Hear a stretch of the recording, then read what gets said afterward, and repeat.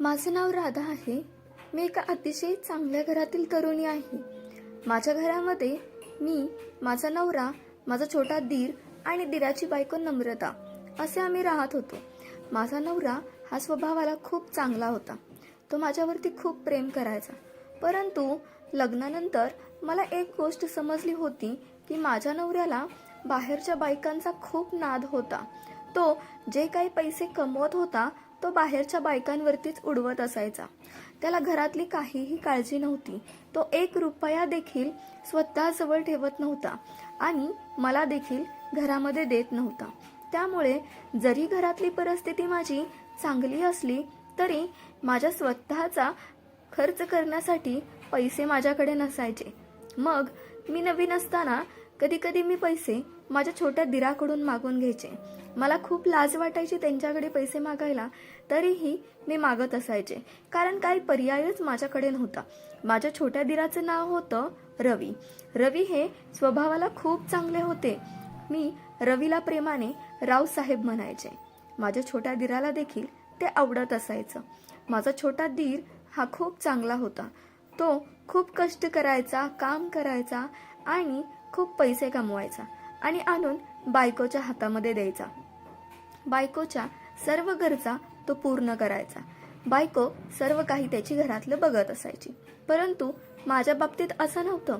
माझा नवरा हा मला जास्त किंमत देत नव्हता, मला पैसे देत नव्हता, माझ्याकडे बघत नव्हता.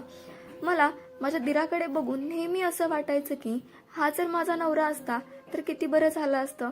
एवढा चांगला माझा दीर होता. माझा नवरा आणि दीर आणि माझी जाऊ आम्ही सगळे काम करायला जायचो. सगळे कामावरती जात असायचो. काम करायचो, पैसे कमवायचो, घरातलं सर्व काही बघायचो, एकमेकांवरती प्रेम करायचो. एके दिवशी अचानक माझ्या पोटात दुखायला लागलं आणि म्हणून मी कामावरती गेले नाही. मला समजत होतं की माझ्या पोटात का दुखत होतं, कारण मला बरेच दिवस झालं पाळी आली नव्हती. म्हणून माझ्या पोटात दुखत होतं आणि खूप प्रचंड माझं पोट दुखत होतं. मी त्या दिवशी माझ्या छोट्या जावेला सांगितलं की हे बघ नम्रता, आता तुलाच एकटीला कामावरती जावं लागणार आहे बघ, कारण माझ्या आता पोटात दुखत आहे. मी काही तुझ्यासोबत येणार नाही.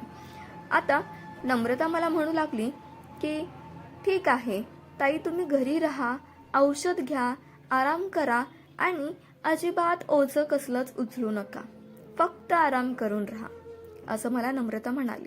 काम करू नका असं बोलली, काळजी घ्या असं ती बिचारी मला म्हणाली आणि कामावरती निघून गेली. मी ठरवलं होतं की पोटात दुखत आहे तरी आपण घरातलं काम आवरायचं, औषधं घ्यायची आणि आराम करायचा. परंतु त्या दिवशी मला झोप सुद्धा येत नव्हती, कारण माझ्या पोटातच प्रचंड दुखत होतं. मी सतत पालतं झोपत होते बेडवरती. मी औषध खाल्लं आणि झोपायचा प्रयत्न केला, परंतु मला माझ्या दुखण्यामुळे कसलीच झोप येत नव्हती. मी घरामध्ये थोडंसं फिरत राहिले, मला आराम पडेल म्हणून, परंतु मला कसलाच आराम त्या दिवशी पडला नाही. उलट घरात फिरण्यामुळे माझ्या पोटात जास्त दुखू लागलं. तेवढ्यात माझा छोटा दीर हा कामावरून घरी आला. आता छोटा दीर घरी आला होता तेवढ्यात तो मला घरी बघून म्हणाला की वहिनी साहेब, तुम्ही आज घरी कशा काय? मी म्हणाले की अहो रावसाहेब, माझ्या पोटात खूप दुखत आहे हो, म्हणून आज मी कामावर गेले नाही. तेवढ्यात माझा दीर मला म्हणाला, वहिनी साहेब, मला पोट चोळायला येतं, मी तुमचं पोट चोळून देऊ का? तुम्हाला आराम पडेल, तुम्हाला थोडंसं बरं वाटेल. मी त्यांना हो म्हणाले, कारण काय करणार, माझ्या पोटातच प्रचंड दुखत होतं. कोणता उपाय करून ते राहील ते मी बघत होते. मग मी रावसाहेबांना माझं पोट चोळायला सांगितलं. मग रावसाहेब माझ्या जवळ आले. त्यांनी मला बेडवरती झोपायला सांगितलं. मी पटकन बेडवर आडवी पडले आणि ते माझ्याजवळ बसले. ते माझ्याजवळ बसून त्यांनी माझ्या पोटावरील साडी बाजूला सरकवली आणि माझी साडी त्यांनी कमरेला लूज करायला सांगितली. मी ती साडी लूज केली आणि त्यांनी स्वतःहून माझी साडी ही थोडीशी कमरेच्या खाली ओढली, कारण त्यांना माझं ओटीपोट देखील चोळायचं होतं. त्यांनी त्यांच्या हातावरती थोडंसं तेल गरम करून घेतलं आणि माझ्या पोटाला लावू लागले. माझ्या पोटाला अतिशय चांगलं ते हात फिरवू लागले. गोल गोल गोल गोल हात ते माझ्या पोटावरती फिरवत होते आणि पोट चोळत होते. त्यांनी माझं पोट चोळू लागले. माझं ओटीपोट देखील त्यांनी त्यांच्या हाताने चोळून काढलं. पूर्णपणे माझ्या ओटीपोटावरती देखील ते हात फिरवत होते. माझं ओटीपोट हे ते चोळू लागले. मग मला थोडासा आराम भेटू लागला. मी म्हणाले की खरंच तुमच्या हातामध्ये जादू आहे. तेवढ्यात रावसाहेब मला म्हणाले, वहिनी तुमचं पोट तर खूप मऊ आहे, मग कसं काय तुमच्या पोटात एवढं दुखत आहे? मी त्यांना म्हणाले, काय सांगणार रावसाहेब तुम्हाला, काय करणार मी, मला खूप दिवस झालं पाळी आली नाही म्हणून माझ्या पोटात दुखत आहे. खरं तर मला रावसाहेबांना ते सांगताना वेगळं वाटत होतं, पण काय करणार आता, पर्यायच नव्हता. ते मला म्हणाले की काळजी करू नका, आता सगळं व्यवस्थित होणार आहे तुमचं. आणि दोन्ही हातांनी ते माझं पोट चोळू लागले. जसे ते माझे पोट चोळत होते तसं मला आराम पडत होता, बरं वाटत होतं. त्यांनी मला पालतं पाडलं आणि माझी पाठ देखील त्यांनी चोळून काढली, माझी कंबर त्यांनी चोळून काढली. तेव्हा कुठे मला बरं वाटू लागलं. पुन्हा ते माझं पोट चोळू लागले. माझं पोट हे चोळत असताना त्यांनी माझ्या पोटाच्या खाली हात घालून पूर्णपणे माझं पोट हे चोळून काढलं होतं. मला देखील चांगलं वाटलं होतं. पूर्णपणे त्यांनी माझ्या खाली हात लावून माझं सर्व शरीर चोळून काढलं होतं. आणि ते माझं शरीर चोळत असताना माझ्या शरीराला सुद्धा बघत होते. माझं शरीर त्यांना आकर्षित करत होतं आणि ते स्वतः माझी साडी बाजूला सारत होते. तेव्हा त्यांना समजलं की माझं ब्लाऊज देखील फाटला आहे. ते मला म्हणाले, वहिनी साहेब का तुम्ही एवढी खराब अवस्था तुमची करून घेतली आहे, का एवढा ब्लाऊज तुम्ही फाटला आहे आणि का तो घातला आहे? मी त्यांना म्हणाले, काय करणार रावसाहेब, माझा नवरा तुमच्यासारखा नाही ना, बायकोची काळजी करणारा.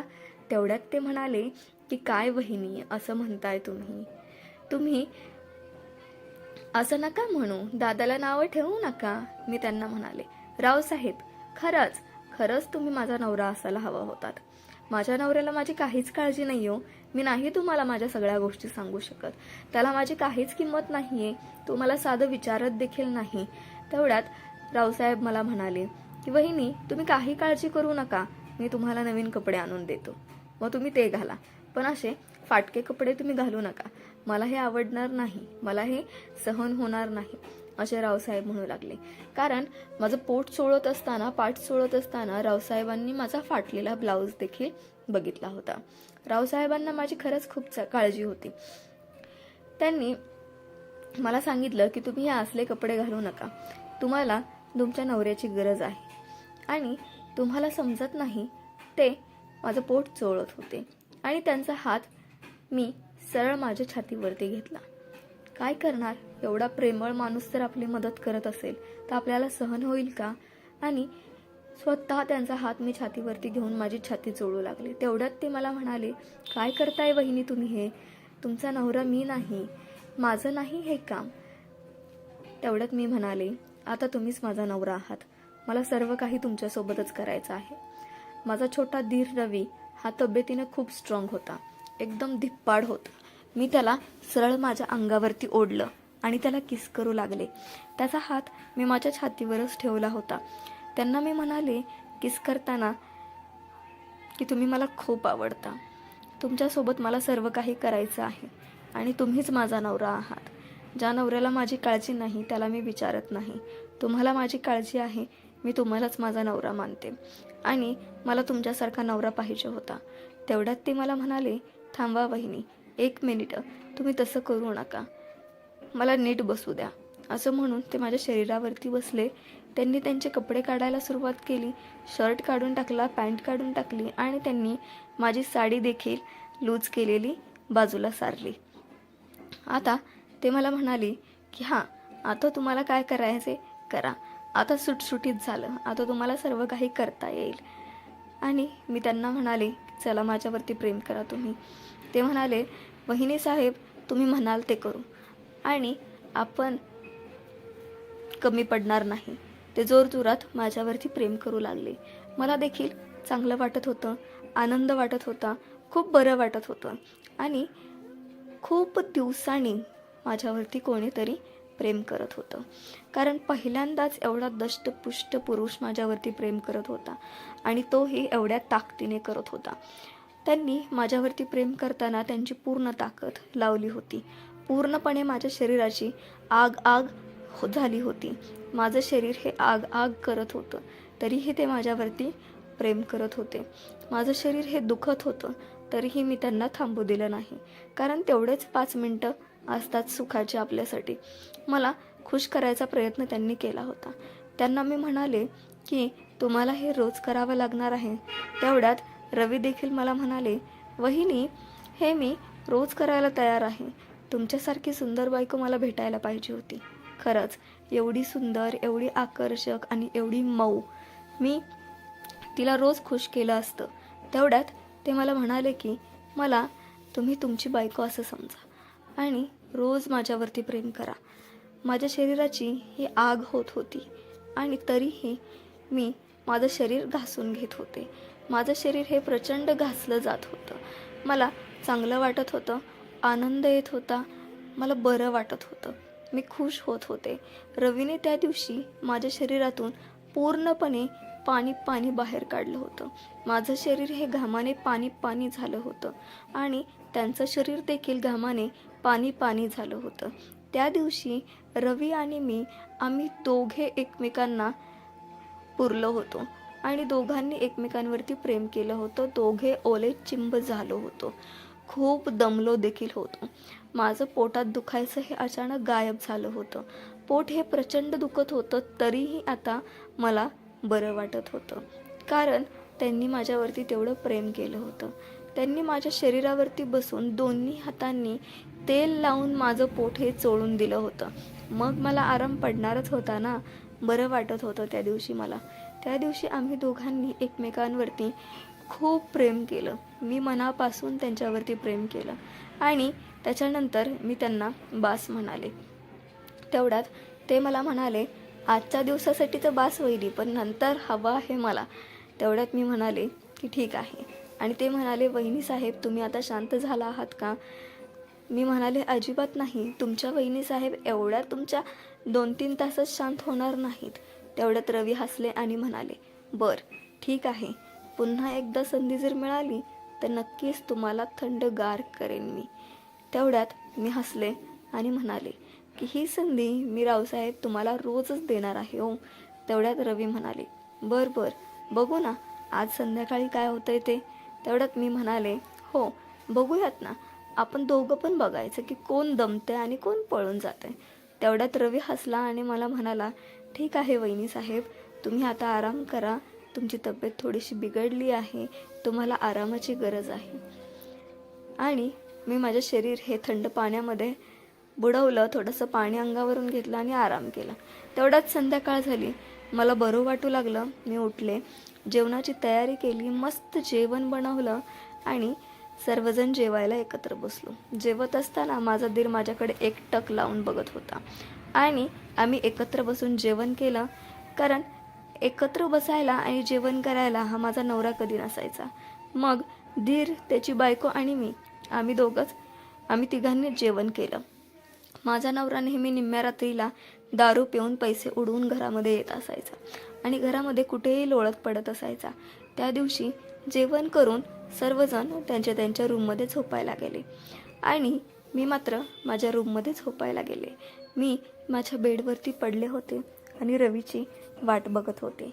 10 वाजले, 11 वाजले, 12 वाजत आले, तरीसुद्धा रवी माझ्याजवळ आला नव्हता. माझं अंग हे रवीसाठी वाट बघत होतं. माझ्या शरीराला रवी हा हवा होता. मी विचार केला की रवी का आला नसेल, तो मला विसरून गेला आहे का? परंतु असं काही झालं नव्हतं.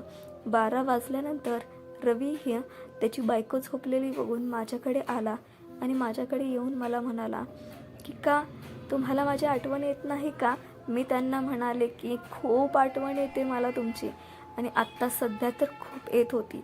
माझं शरीर हे तुमची केव्हापासून वाट बघत आहे. तसं मी म्हणाल्यानंतर मला ते म्हणाले, वहिनी साहेब, तुम्ही अजिबात काळजी करू नका. तेवढ्यात रवी मला म्हणाला की तुम्ही तुमची काळजी घ्या, म्हणूनच मी लगेच तुमच्याकडे आलेलो आहे. मी रवीला म्हणाले, आता तुम्ही गप्पा मारत बसणार आहात, बघत बसणार आहात मला, का जवळ येणार आहात माझ्या? या चला लवकर माझ्या जवळ या. आणि ते माझ्या जवळ आले. माझ्या केसांना कुरवाळू लागले. ते माझ्याकडे टक लावून बघत होते. तेवढ्यात मी त्यांना जोरात मिठी मारली. त्यांच्या मी एकदम मिठीमध्ये गेले आणि त्यांना जोरात पकडलं. मी त्यांना एवढ्या जोरात मिठी मारली होती, एवढ्या जोरात पकडलं होतं की माझं शरीर हे पूर्णपणे दुखू लागलं होतं. माझी छातीही दुखू लागली होती. एवढ्या जोरात मी त्यांना पकडलं होतं. रवीने मला हळूच त्याच्या मिठीमधून बाजूला काढलं, मला किस करू लागला आणि मला बेडवरती झोपवलं. मला बेडवरती झोपवून त्याने शरीरावरचे कपडे काढले आणि माझ्याकडे बघू लागला. मी म्हणाले, आता तुम्ही कपडे काढून बघत बसणार आहात का काय करणार आहात? चला या लवकर जवळ. तसं मी म्हणता क्षणी रवी माझ्या जवळ आले आणि माझ्यावरती प्रेम करू लागले. मी त्यांना जवळ घेत होते कारण मला आता सहन होत नव्हतं आणि रवीला देखील दुरावा सहन होत नव्हता. म्हणून मी रवीला माझ्याजवळ घेतलं, प्रेम करू लागले. ते प्रचंड माझ्या शरीरावरती दाब देत होते. त्यावेळेससुद्धा माझं शरीर हे आग आग होत होतं. तरीही मी रवी माझ्यावरती प्रेम करत होते आणि मी त्यांच्यावरती करत होते. आम्ही दोघांनी त्या रात्रभर प्रेम करायचं ठरवलं होतं. परंतु 2 तास झाल्यानंतर माझ्या दरवाजाचा आवाज मला आला आणि मला समजलं की आता नवरा घरी आला आहे. आणि तो दारूच्या नशेतच घरी आला होता. तो घरी आला आणि 4 वाजले होते. मी रवीला दार उघडायला सांगितलं. माझा नवरा घरात आला आणि सरळ माझ्या बेडवरती आला. त्याने मला बघितलं होतं बेडवरती झोपलेलं आणि माझ्या अंगावरती एकही कपडा नव्हता आणि अशा अवस्थेत मी बेडवर झोपले होते. तेवढ्यात नवरा माझ्याकडे रागाने बघू लागला आणि तिथेच तो चक्कर येऊन पडला. माझ्या दिराने म्हणजेच रावसाहेबाने माझ्या नवऱ्याला उचललं आणि दुसऱ्या रूममध्ये नेऊन झोपवलं आणि पुन्हा ते माझ्याकडे आले आणि आम्ही पुन्हा रात्रभर प्रेम करू लागलो. ती रात्र माझ्या आयुष्यातली मी कधीही न विसरणारी रात्र होती. कारण त्या दिवशी माझं शरीर हे पूर्णपणे दुसऱ्याचं झालं होतं आणि माझं शरीर हे पूर्णपणे पूर्ण झालं होतं. आम्ही त्या रात्री एकमेकांवरती खूप प्रेम केलं. ते माझ्यावरती खूप प्रेम करत होते. मला देखील ते आवडलं. दुसऱ्या दिवशी सकाळी आम्ही दोघेही लवकर उठलो, आवरलं. नाश्ता आम्ही खूप चांगला बनवला होता. रावसाहेबांना नाश्ता खाऊ घातला आणि नवऱ्याला देखील तो खायला दिला. परंतु नवरा न खाताच घरातून बाहेर निघून गेला. रावसाहेब मला म्हणाले की जाऊ द्या वहिनी साहेब, दादा बाहेर गेलाय तरी, त्याची काळजी तुम्ही करू नका. मग आम्ही तिघांनी घरामध्ये बसूनच नाश्ता केला आणि तिघेही कामावरती निघून गेलो. कामावरती गेल्यानंतर सुद्धा माझं मन हे अजिबात लागत नव्हतं. मला अजिबात करमत नव्हतं. रात्रभर जे काय झालं ते माझ्या डोळ्यासमोर येत होतं आणि पुन्हा माझं शरीर हे रवीजवळ जायला तडपत होतं. मला करमत नव्हतं. मला त्या दिवशी दुपारी घरी यावं लागलं. मी दुपारी घरी आले तर मला थोडंसं बरं वाटू लागलं आणि लगेचच माझा नवरा देखील घरी आला. तो माझ्यावरती शक घेऊ लागला होता, मलाच बोलू लागला होता. माझं आणि त्याचं खूप जोराचं भांडण त्या दिवशी झालं आणि पहिल्यांदा आमचं एवढं जोराचं भांडण झालं होतं. माझ्या नवऱ्याला मी सरळ घरातून बाहेर हाकलून काढलं. कारण काय करणार, असा नवरा आपल्या काय कामाचा आहे जो आपल्या चारित्र्यावरती शक घेईल आणि स्वतः रोज दुसऱ्यांकडे झोपायला जात असेल. ज्याला आपल्या बायकोची काही किंमत नाही, त्याला त्याची जबाबदारी उचलायची नाही, तिच्या जबाबदाऱ्या पार पाडायच्या नाहीत, तिला काय गरज आहे ते बघायचं नाही, असला नवरा नकोच. म्हणून मी सरळ माझ्या नवऱ्याला घरातून बाहेर काढलं. जो माझ्या चारित्र्यावरती शक घेत होता तो रोज बाहेरच्या बायकांकडे झोपायला जात होता. असा नवरा मला नकोच होता.